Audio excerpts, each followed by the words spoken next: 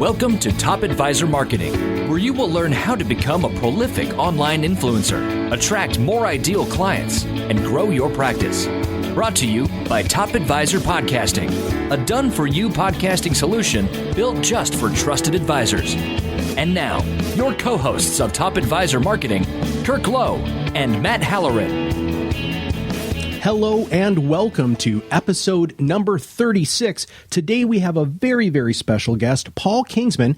He's going to be talking about warrior advisors have a laser-like focus. Now, I have to give you a little bit of a backstory on this gentleman because it's absolutely phenomenal. If you just type in Paul Kingsman and Olympics, awesome video shows up. In fact, I showed my kids the race that we're going to spend a little bit of time about, but he is a speaker, author, and an executive coach. In 1988, he won the Olympic bronze medal in the men's 200-meter backstroke. He trained for 13 years to swim a 2-minute backstroke race at the Olympics and won this medal, the bronze medal, by only 4/100ths of a second. So with all of that, Paul, welcome to the podcast. How are you today, sir? Thank you. I'm doing well, thank you, and it's a pleasure to be talking with you both. I'm looking forward to it. And I have really enjoyed the time that we've spent. You and I spent a little bit of time on the phone a little while ago, and of course, my children are competitive swimmers, and so they were so flippin' overwhelmed that I got to talk to you at all, and I showed them your video, and really, the best part about it is you've really built an enormous amount of stuff off of what you're referring to as this distraction moment. So would you mind telling everybody that story?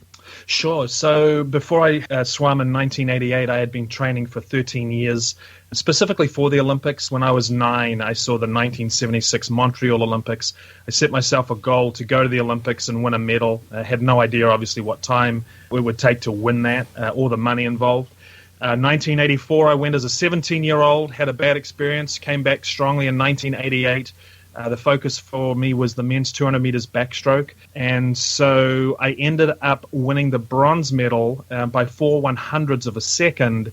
And when I got back to New Zealand after several months, actually, having watched the video a number of times, I noticed that the guy who came fourth to me actually turned his head on his third to last stroke and then again on his very last stroke, having caught sight of me into the wall. And it cost him. That's easily 4/100ths of a second. So it really showed me just what getting distracted looks like and what it can potentially cost. And really, we experience this every single solitary day. Now, in a swim meet, 4/100ths of a second is really, it's not a huge amount of time, but it wins races. But you've made this very applicable to our industry in financial services. In fact, one of the things that we were talking about before we recorded today is this great Bruce Lee quote, which is the successful warrior is the man with laser-like focus. So we're going to talk about sharpening your focus, and we're going to talk about your book, The Distraction Proof Advisor. Kirk, well, what do you have for Paul here today?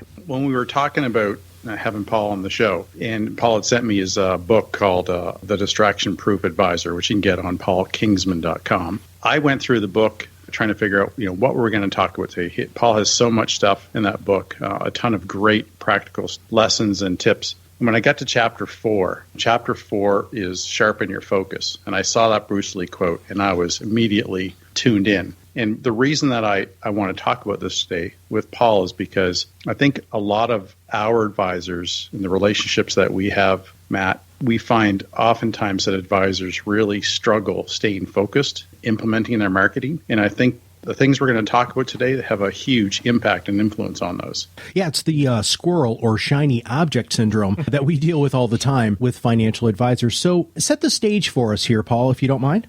Certainly. And you're both spot on, 100% correct with what you just mentioned.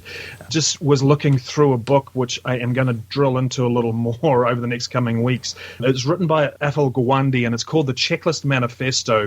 And one comment that he made really caught my attention. He said human beings are built for novelty and new ideas. We are not built for follow-through and accountability. And when I thought about that, it really struck a chord with me because very quickly, exactly as you mentioned, we see a shiny new object and we race off to that and take a look at that while we forget or leave at least what we're in the process of doing. And I think as humans, we're hardwired to be more concerned about what we're potentially missing out on than rather looking at what we have right in front of us. If we've said, hey, these are the 4 or 5 steps that are necessary to achieve the success I want, but what if I'm missing out on that? And that then, with everything that's available to us on media, everything that's coming at us at 1,000,000 miles an hour, all of those things now start distracting us because we just don't want to miss out on anything. And so it makes it very, very hard to stay focused and locked on to the task at hand. And so that's why I love encouraging advisors. This is the poster child for distraction as far as an industry goes. and yet advisors know that the tough thing is advisors in this industry are intelligent people. And so they get very frustrated with, I know what I need to do, I just struggle doing it. And so that's where we're coming from with trying to help them out. Well, let's focus very, very specifically on some of the behaviors, Paul, that you have seen advisors do that take their focus away from where they should be focused. Sure. So to start with, I think a lot of it comes down to understanding the need for a process, understanding the need for a system. When you look at great athletes, all of us just work automatically to various systems. We take the thinking, the emotional situation, whatever we might be in, we move that right to the sideline. Kind of comes back to the Steve Jobs thing of just using, wearing the same type of clothes first thing in the morning, because our emotional energy, our emotional bandwidth and mental bandwidth is finite. So I want to move to the side any unnecessary decisions that I need to make. So that means you start setting your day up, frankly, as you're finishing the office the night before. Mm-hmm. So again, leaving a note with 3 priorities for the next day. How you're going to walk into that office to begin the day, so you then finish the day strongly. But also beginning the day strongly, having a set routine that you follow. So you get up, you might have a quiet time, a devotional. For me personally, it's now going to Starbucks and writing. For the advisor there, it's coming into that office and understanding that, okay, I'm going to flick on email to see what's there, but then I'm turning it off. Mm-hmm. This whole notion of being accessible 24/7 is driving people crazy. It's making them think I'm valuable if people can get to me. And what's happening is that's getting in the way of productive work. And so, again, it's setting up that post-close for the day and the pre-day opening where you've got that routine that you slot right into. So that's one of the things I'd start with for advisors. Finish the day strongly. Look at those 3 things you're going to hit when you get into the office. Don't give headlines a chance to get in the way. Out of the office, go home, good rest, good sleep, opening routine in the morning to the office. Then you've got your office opening routine, check email, and then email system off. Those 3 priorities that you left there the night before, that's where you're starting. I absolutely love this. My old boss, which many of our listeners have heard of, a guy named Ron Carson, who's one of the most successful independent financial advisors in the United States. I remember when I first started working there, one of the things that he made us do at the end of every day was he did what was called the 6 most, which was a list of things that we had to do so that we could turn our minds off when we left work, because we knew we were already prepared for the next day. And Paul, I'm a person who's like, okay, he's really smart and successful, I'm just going to follow what he says. But then when I started diving into it more psychologically, doing a lot more research on specific things like time blocking, focus, professional athletes and how they become where they become and what they become and how they become it, that you're so freaking right on, man, that's so important. And the 24 hours a day, 7 days a week, that's not service. Okay, that's right. Reaction. And I really want to make sure that our listeners understand that, because especially when it comes to marketing, right, you can have your marketing run 24/7, but that doesn't mean that you have to. So let's continue to get even more specific with this, because when we're talking about the 4 ways that advisors get distracted, what are some of the other big distractions that you found? So I think one of them that advisors really struggle with, working with the smaller, what they see as unprofitable clients. And this is a tough one, especially working with the big organization where you might have a manager who's saying, hey, you got to carve those people off. And what's super important at that point, and what I've found very helpful when I was in the industry most recently, was having a client service matrix where you know exactly where that client's going to fit relative to your book of business.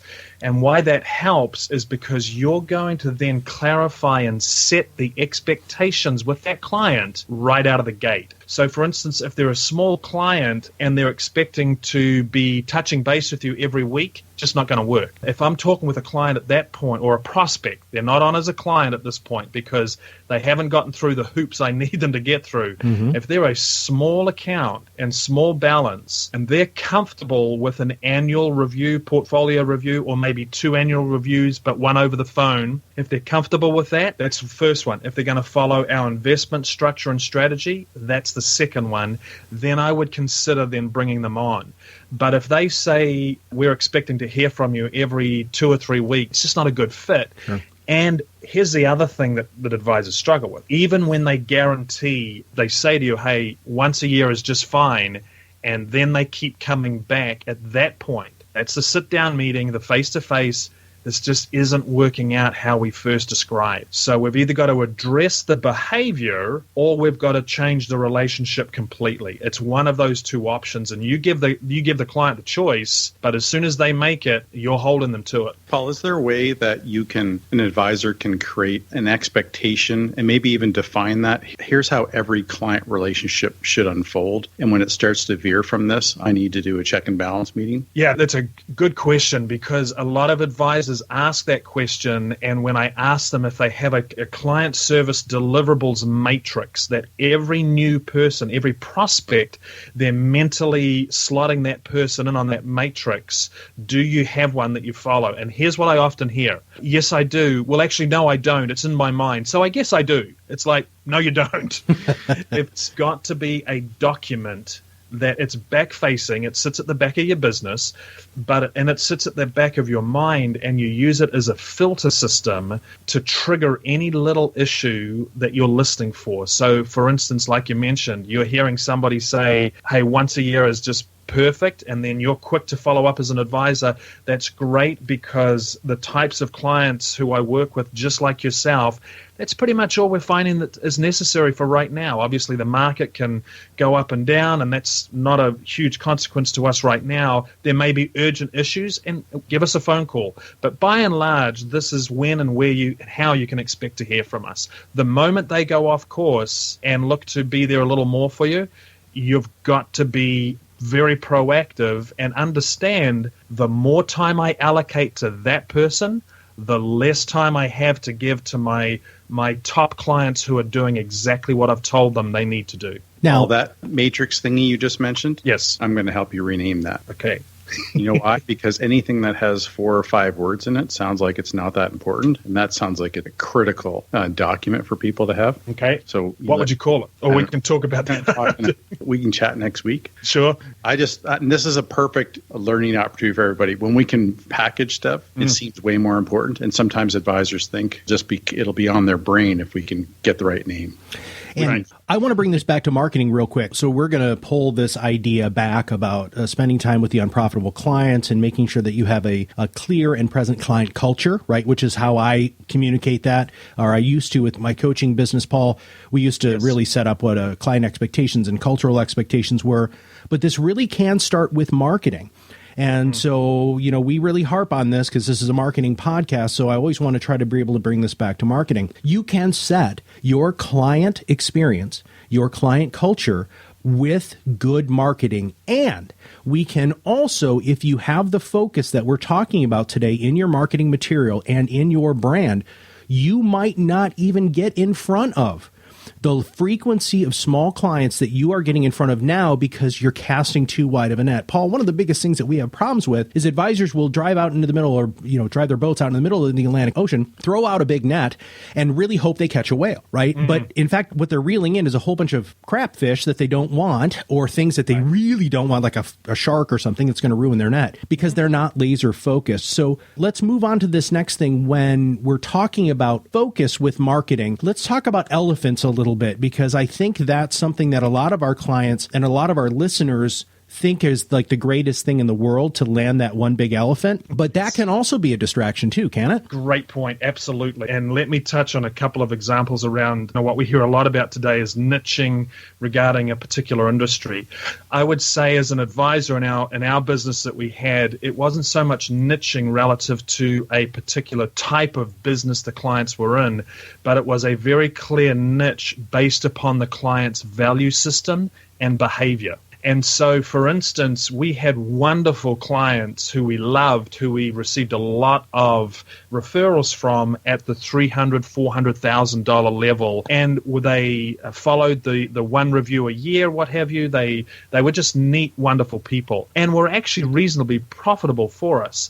On the flip side, we fired, I remember one time we fired a $3.25 million client because of two things. Firstly, we said we are not trading regularly in this account. That's not what we do. And he was okay with that. He kept coming back at us, but we finally trained him in that. But then he talked rudely to two staff members that we had. He talked rudely 3 times to them over the course of 4 weeks. At that point, he's out. He's not part of our mix because the value system is just not the same as how we're aligned. And so relative to chasing elephants, what's beautiful is when you do get that big client, that client relative to a sizable bank account, a sizable portfolio come in, and they're nice people. So again, where we're coming from is, yes, we want the assets, definitely, that's how we're going to grow, but very, very closely and early on in the relationship, we're watching the attitude. We want to know, is this a good fit? Do they respect our advice? Are they going to track with our advice and everything we say while the market's going great? Or are they going to bail and want a second opinion when things go a little south, and we're still saying just keep focused on the end objective? So you're talking about the difference between some psychographic market niche and demographic market niche. So I think it's very important for people to understand that too, because especially if you're going to have a specific market niche, it doesn't just have to be engineers, right? It can be people who have the same values. Maybe it's the same location. Maybe it's the same charitable inclination. I mean, there's a lot of different ways to create a niche market. And in fact, the more out of demographics you can get into more psychographics. And if you want to look that up, guys, just type in psychographics into your Google search and a lot of really great information shows up. But Paul, thank you very much for that, because I think we are so focused in this industry on gross dealer concessions. What are we going to be able to make off of the client? That can also be something that we lose focus on instead of really enjoying going into work. I'm going to use another Ron Carsonism. Ron had done the same thing with a huge client, and the client said, I can't believe you're firing me. And Ron said, I can't believe I'm doing it either.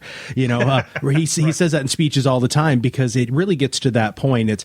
Oddly enough, Paul, that client did the exact same thing to one of Ron's team. And Ron was like, nope, you can't do that. So you do have lines in the sand, but a lot of our clients are focusing on the wrong things. So let's go back and talk a little bit more about what are the sorts of things, like if you could categorize them, what are some of the things that they should really spend their time on? And then how, this is my favorite, how are they going to reduce all of the noise that they've surrounded themselves with now? Yes. So the items, firstly, that they need to be spending their time on, firstly, they need to have a crystal clear identification of what their ideal client is. What are these people going to look like? What are these people going to want? What are the important things to these potential clients?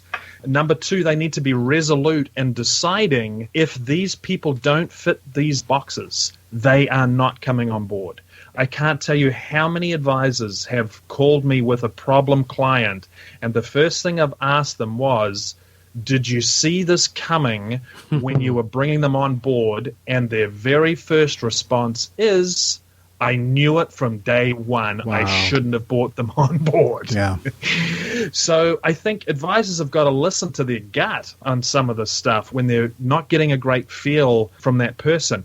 But I think you go into a prospect meeting with the view of, how can I disqualify this person? And raising enough red flag questions that if they tick this box, this is a non-negotiable for me at this point. Now, there's some education that's got to go on with a new client. That's fair enough. But your time is precious. And we all think, hey, how do I reorganize my time? How do I restructure my time? You can't. We've all got 168 hours in the week. That's never changing. And so the issue becomes, what do I need to take care of most, and how do I do that? And at the moment, what most advisors are doing is taking care and choosing to take care of the urgent more than what's important. So that's one of the issues I'd say regarding bringing on new clients, and it leads to that second point. How do they reduce the clutter? How do they reduce the distractions out there? Interesting environment that we're living in more than ever. We are accessible. Where before, years and years ago, you literally had to carry a soapbox to get up and speak. Now everybody can get to you. It's ubiquitous with our culture today, and it gets harder and harder to ignore these things.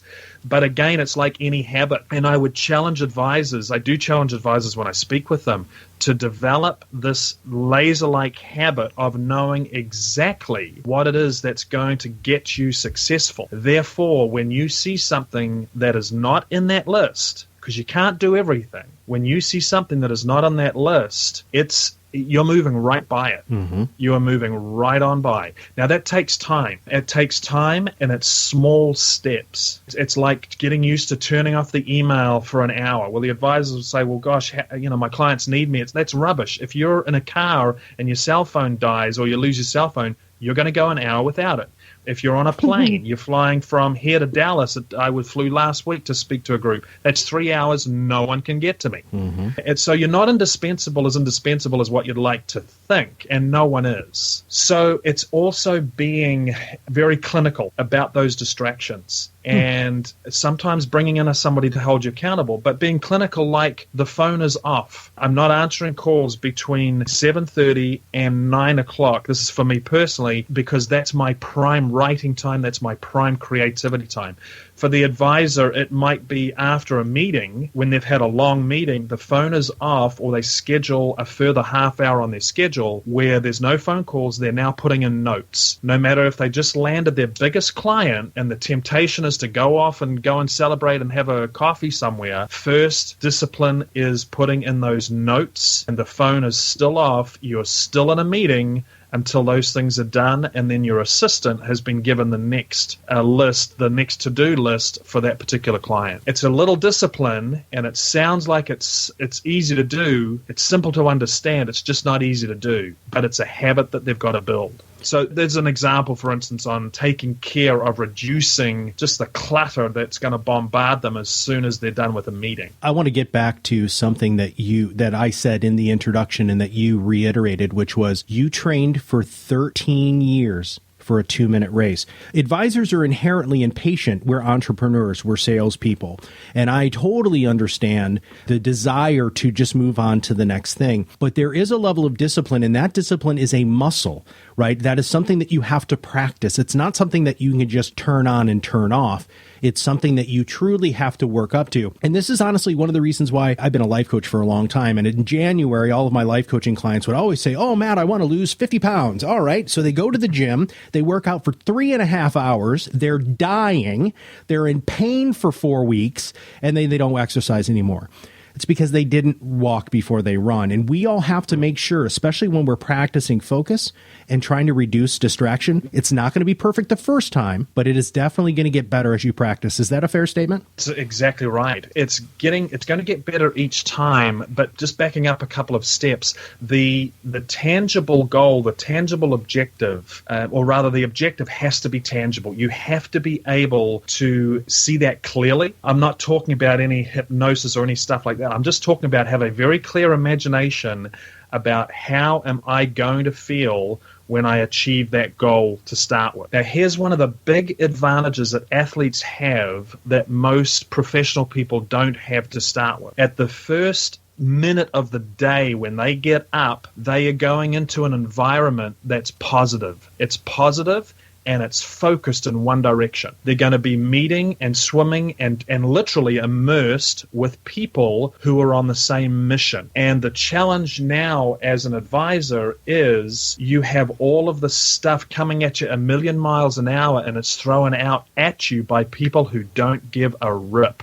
about your mission. They're just providing things that they think might be helpful or might sound helpful. So it's coming with that perspective of, hey, where do I want to get to, and what are the important steps? And you mentioned a good point about It's little steps first, and they're not so little when you think, hey, if that's the only step that I need to take right now, it is the biggest, most critical, most important step. I don't care how small it might seem to anybody else. Right now, this is mission critical that this gets done and gets completed properly. In the Shinto religion, one of the things that they say is, how do you climb a mountain?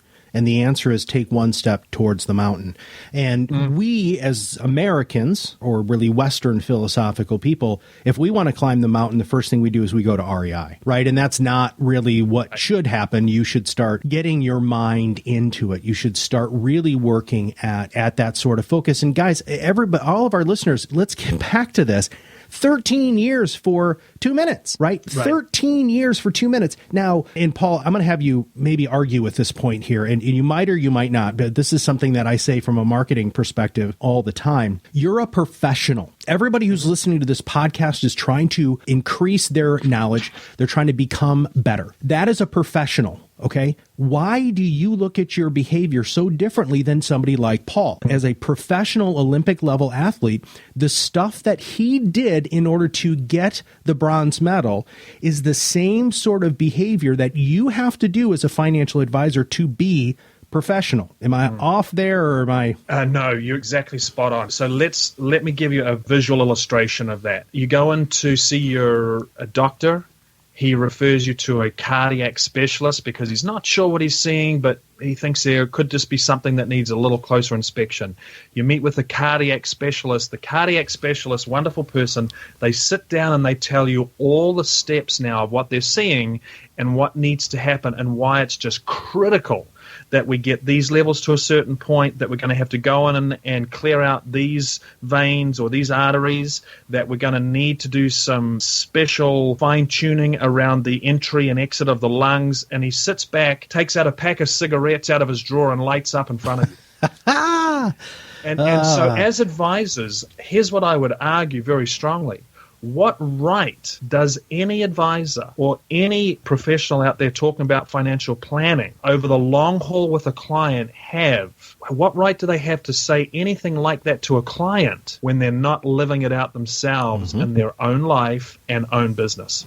So I think that's important that they take a look at that. It is a case of practicing what you're preaching, or is it just head knowledge and verbalizing what they know, but not living that out? And that's going to come through at the end of the day with how they view themselves and how they view their business, and speaking from experience.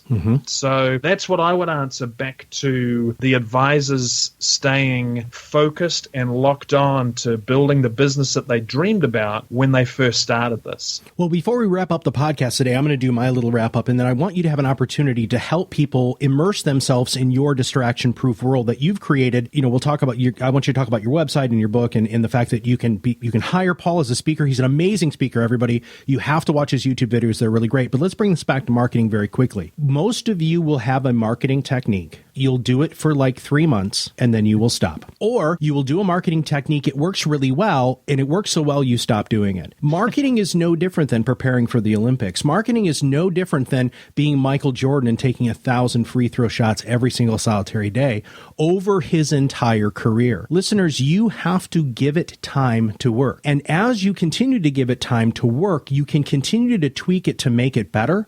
But if you don't have a marketing plan that's a solid 12 to 18 months and you're going to stick with it for 12 to 18 months, you have no idea of the success or if it's ever going to work. So just like Paul stuck with it since how old were you? 9, did you say? 7 when you started? I started when I was 8. 8, okay, that's close. 13 years. So 8 years old, he started focusing and training for something that he wasn't going to go to the Olympics at 9, guys. So you have to give it time. You have to have patience, and that patience is a muscle that you have to exercise. So, Paul, this is your opportunity to do any sort of promotion you want. We are so happy to have you on the show today. Cannot wait to continue to work with you in the future. I know Kirk had said that he's going to talk to you a little bit about repackaging your client experience thingy with Bobby, but tell everybody how they can get in touch with you, please. So my website is paulkingsman.com, and so you can jump on that. We have a free giveaway right up front. It's referral language that works. It's actual real language that we've used that we know works. I see a lot of scary stuff put out about language to use and asking for referrals. So you can go to my website. I have a weekly video blog. We're coming up to our 52nd week next week. 52 weeks. Every week comes out Thursday morning. Just a 2-minute video clip that just gives you an idea or something to be thinking about, something to be bringing to you as on a personal level as well as your business. But I just want to touch on that last point you made about it takes time.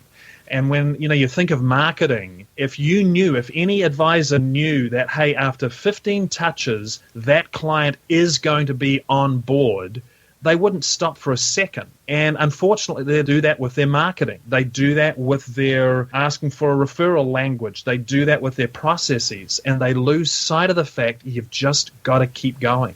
And it's like that with marketing. It takes time. You can't see the results ahead of time. You've just got to know and believe you're doing the right stuff. Keep listening to guys like yourself who are coming out with helpful ideas, and just keep going and not get pulled off track by either office colleagues or other people chucking a whole bunch of irrelevant stuff out there online. But yes, jump on my website. You'll see helpful ideas. I've been in the industry since 2001. I've sat in these meetings, most recently with an RIA for 4 years, from 2012 to 2016. We doubled our assets. We went from 110 million to 240 million. They're now just under 300 million. We increased our A clients by 65%. And when I met with the principal 3 weeks ago, when he said we're just about at the 300 million mark, I said, what have you changed? Because I knew what his answer would be. I said, what have you changed with your structure? And he said, Paul, we've changed absolutely nothing. Nice. We're just executing every single day. That's absolutely fantastic. Well, Paul, thank you very much for being a guest on our show today. It's a pleasure. It's great talking with you both. Well, thank you, everybody, for listening, and we'll see you on the other side of the mic with episode 37 very soon.